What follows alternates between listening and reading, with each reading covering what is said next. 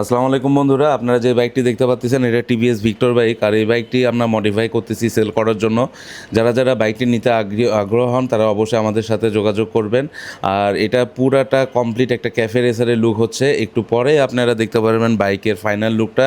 এখানে কালারের কাজগুলো খুব যত্ন সহকারে করা হচ্ছে। আর এটা বাইকটা এখন ফাইনাল লুকটা দেখেন। এই তো দেখেন বাইকের আউটলুকটা, পুরা কমপ্লিট লুকটা দেখেন।